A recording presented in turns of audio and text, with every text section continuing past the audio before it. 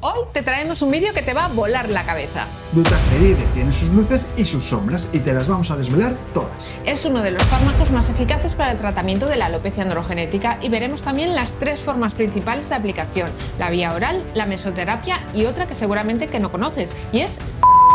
Además, te diremos cuál es la mejor forma de pasar de finasteride a dutasteride si estás considerando hacer este cambio. Así que si quieres saberlo todo sobre dutasteride y conocer cuál es la forma más adecuada para tu caso particular, ¡comenzamos!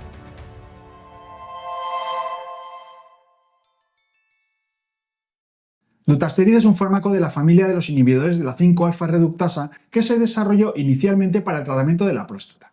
Del mismo modo que sucedió con finasteride, dutasteride pasó del tratamiento de la hiperplasia prostática benigna al tratamiento de la alopecia androgenética con excelentes resultados. Sin embargo, podríamos decir que es como la versión mejorada de finasteride con un perfil de seguridad similar, pero con una potencia mucho mayor.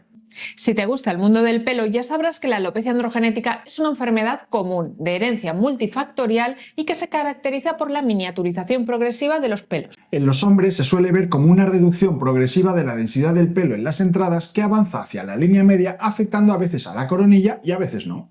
Por el contrario, en las mujeres se caracteriza por una reducción progresiva de densidad en la línea media, pero sin recesión de la línea frontal. Es como que la raya cada vez es más ancha.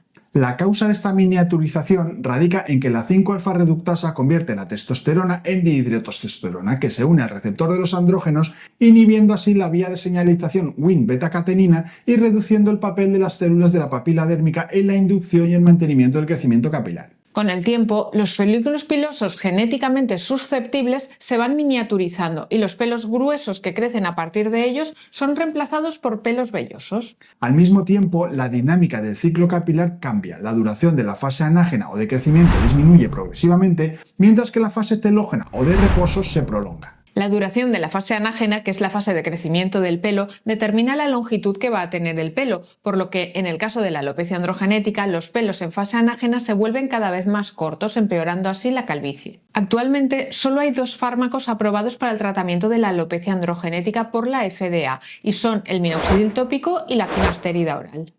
La FDA sí que ha aprobado el dutasteride, pero en este caso lo ha aprobado solamente para la hiperplasia benigna de próstata. Solamente en Corea del Sur y en Japón se ha aprobado el uso de dutasteride para los pacientes masculinos con alopecia androgenética. Dutasteride y finasteride son inhibidores de la enzima 5-alfa reductasa.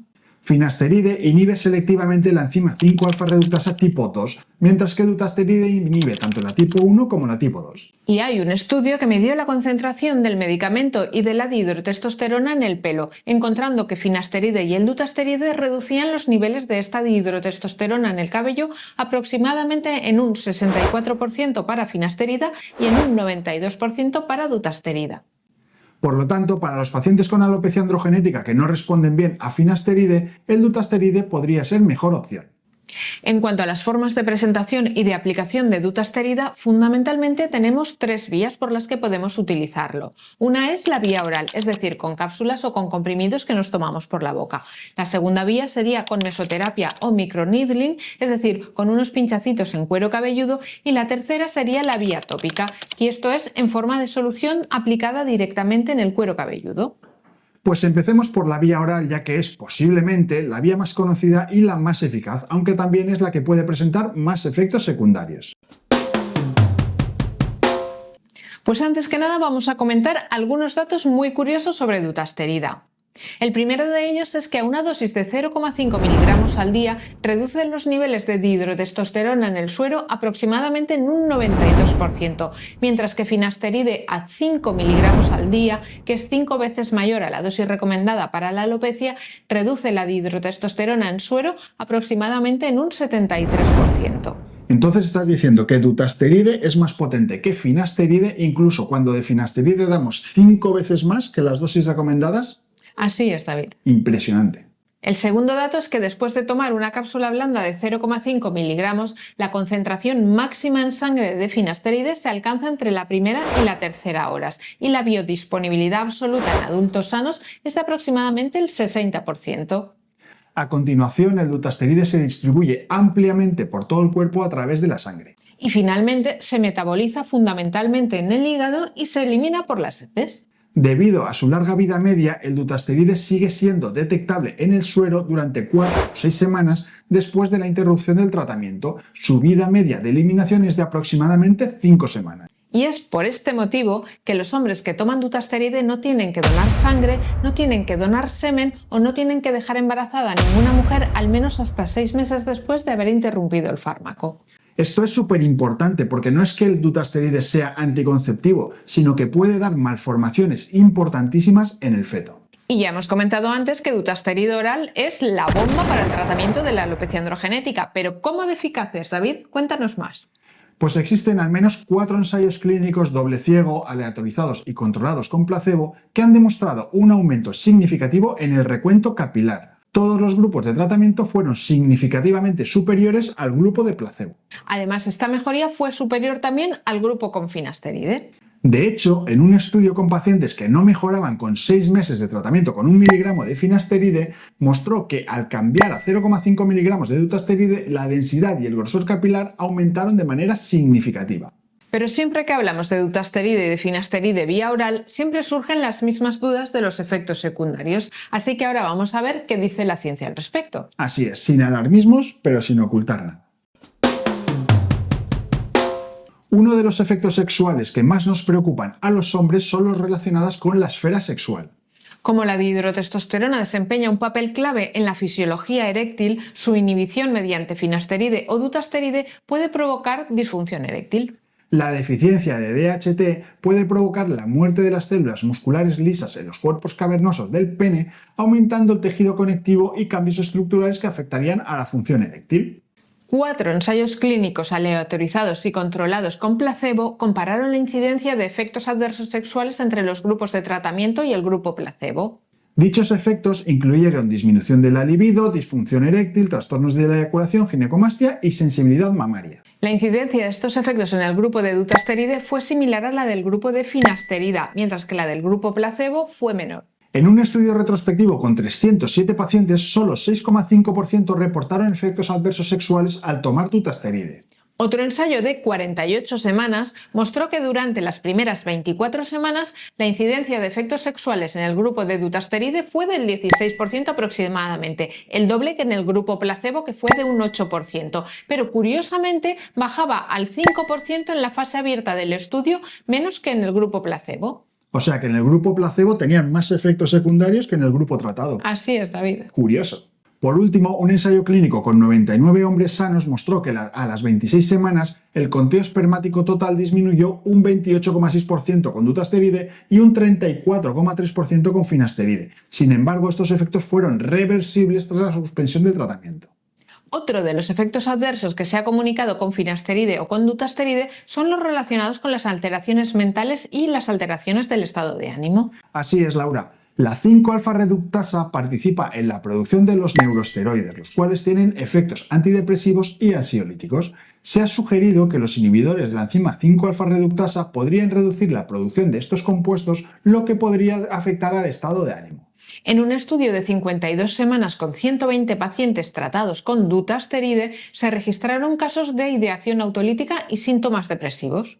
Un metaanálisis indicó que los inhibidores de la 5-alfa-reductasa pueden aumentar el riesgo de depresión, especialmente en pacientes con antecedentes previos. Por lo tanto, si vas a tomar dutasteride, es muy importante informar a tu médico de los posibles antecedentes psicológicos y del estado de ánimo que puedas tener.